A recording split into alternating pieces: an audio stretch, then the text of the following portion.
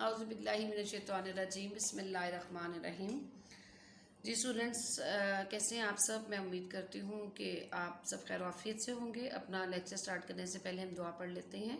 ربی اشرح لی صدری ویسر لی امری واحلل عقدۃ من لسانی یفقہوا قولی ربی زدنی علما۔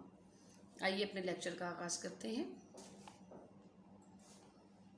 جی، گزشتہ لیکچر میں ہم نے پاکستان کے طبعی خود و خال کے حوالے سے پڑھا تھا اور اس میں ہم نے تمام پہاڑی سلسلوں کا تفصیلی جائزہ لیا۔ اب ہم دیکھیں گے کہ سطح مرتفع کیا ہے، پاکستان میں کس کس قسم کے سطح مرتفع پائے جاتے ہیں۔ سب سے پہلے تو آپ کو یہ پتہ ہونا چاہیے کہ سطح مرتفع سے کیا مراد ہے۔ سطح مرتفع ایسی سطح زمین کو کہتے ہیں جو کہ سطح سمندر سے بلند ہوتی ہے، لیکن اس کی اونچائی جو ہے یا اس کی اونچائی اتنی نہیں ہوتی کہ اس کو پہاڑ کہا جائے۔ اور اس کی دوسری خصوصیت یہ ہوتی ہے کہ سطح مرتفع جو ہے اس کی زمین ٹوٹی پھوٹی ہوتی ہے اور یہ قابل کاشت نہیں ہوتی۔ یہ پتھریلی ضرور ہے لیکن یہ پہاڑ کی طرح بالکل بھی نہیں ہوتی۔ اور ایک اور فیچر اس کا یہ ہے، ایک کوالٹی یہ بھی پائی جاتی ہے کہ یہ دو پہاڑوں کے درمیان بھی اکثر پائی جاتی ہے۔ تو ایسی سطح زمین جو سطح سمندر سے تھوڑی بلند ہو لیکن کم اونچائی رکھتی ہو، اس کی سطح زمین جو ہے وہ کاشت کے قابل نہ ہو، پتھریلی اور ناہموار ہو، ایسی سطح زمین کو سطح مرتفع کہتے ہیں۔ پاکستان میں اسٹوڈنٹس دو قسم کی سطح مرتفع پائے جاتے ہیں۔ نمبر 1 سطح مرتفع پوٹھوہار اور سطح مرتفع بلوچستان۔ اب ہم دیکھتے ہیں سطح مرتفع پوٹھوہار کہاں واقع ہے۔ یہ سطح مرتفع جو ہے کوہستان نمک کے شمال میں جہلم اور دریا سندھ کے درمیان واقع ہے۔ اس کی زیادہ سے زیادہ بلندی قریباً 600 میٹر تک ہے۔ اس میں چونا، کوئلہ اور معدنی تیل کے ذخائر پائے جاتے ہیں۔ پاکستان اپنی معدنی تیل کی ضرورت کا کچھ حصہ یہاں سے پورا کرتا ہے۔ سطح مرتفع پوٹھوہار کی سطح بے حد کٹی پٹی ہے۔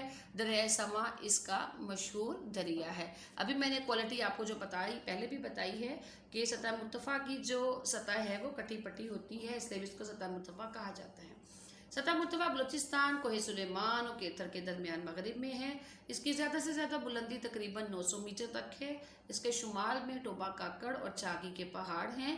یہ سارا علاقہ بنجر ہے، جیسے اس کے فیچرز میں نے پہلے بتایا کہ یہ جو ہے سطح زمین قابل کاشت نہیں ہوتی۔ اس کے مغرب میں ریت کا میدان بھی ہے جس کو صحرائے بلوچستان بھی کہتے ہیں۔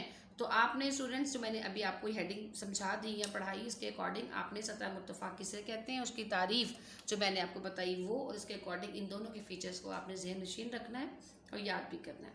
اگلا جو طبعی خود و خال ہے وہ ہے میدان۔ میرا خیال ہے میدان کے بارے میں تقریباً آپ سب جانتے ہوں گے کہ میدان کسے کہتے ہیں۔ ایک وسیع یعنی کہ بہت بڑا، اس میں ڈھلوان نہیں ہوتی ہے اور یہ ہموار یا بیلنس سطح ہوتی ہے، اس کو ہم میدان کہتے ہیں۔ پاکستان میں جہاں بہت سے پہاڑی سلسلے بھی ہیں وہاں وسیع زرخیز میدان بھی پائے جاتے ہیں جن کو دریائے سندھ اور اس کے معاون دریا جو ہیں وہ سیراب کرتے ہیں۔ یہ ہمالیہ سے لے کر بحیرہ عرب تک ہیں۔ پاکستان اپنی زرعی ضروریات ان میدانوں سے حاصل کرتا ہے۔ جیسا کہ ہم جانتے ہیں پاکستان ایک زرعی ملک ہے، تو پھر اس کا مطلب یہ ہے کہ پاکستان میں بہت زیادہ میدانوں میں جو ہے وہ رقبہ زیر کاشت ہے اور فاضل پیداوار برآمد کر کے پاکستان زرعی مبادلہ بھی کما لیتا ہے۔ یعنی پاکستان جو ہے نہ صرف زراعت سے اپنی ضروریات پوری کرتا ہے بلکہ برآمد دوسرے ملکوں کو زرعی اجناس کر کے بہت زیادہ زرعی مبادلہ بھی حاصل کرتا ہے۔ یہ جو میدان ہے ان کو ہم 4 حصوں میں تقسیم کرتے ہیں۔ دریائے سندھ کا بیلائی میدان، دریائے سندھ کا زیریں میدان، اس کے بعد ساحلی میدان کون سا ہے، ریگستانی یا صحرائی میدان کسے کہتے ہیں۔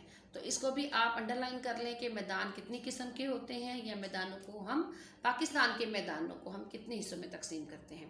تو ان چاروں کے نام اگر شارٹ کوسچن میں آتا ہے تو آپ ان چاروں کے نام لکھ دیں گے۔ سب سے پہلا ہے دریائے سندھ کا بالائی میدان۔ یہ میدان جو ہے یہ شوالک اور کوہستان نمک کے جنوب اور کوہ سلیمان کے مشرق میں ہے۔ بالائی حصے کو 5 دریا سیراب کرتے ہیں جس میں ستلج، راوی، چناب، جہلم اور سندھ ہیں۔ اس لیے اس حصے کو پنج آب بھی کہتے ہیں، یعنی 5 آب یعنی 5 دریاؤں کی سرزمین۔ ایسے سرزمین جس کو 5 دریا سیراب کرتے ہوں اس کو پنجاب کہتے ہیں۔ پنجاب آزادی کے وقت 2 حصوں میں تقسیم ہو گیا تھا۔ مشرقی پنجاب بھارت، مغربی پنجاب پاکستان میں شامل ہو گیا۔ اوپر بیان کیے گئے 5 دریا مٹھن کوٹ کے مقام پر دریائے سندھ میں گرتے ہیں۔ وہاں سے دریائے سندھ کا زیریں حصہ شروع ہو جاتا ہے اور بیلائی میدان شمال کی طرف اونچا ہے اور جنوب کی طرف ڈھلوان دار ہے، اس لیے دریا شمال سے جنوب کی طرف بہتے ہیں۔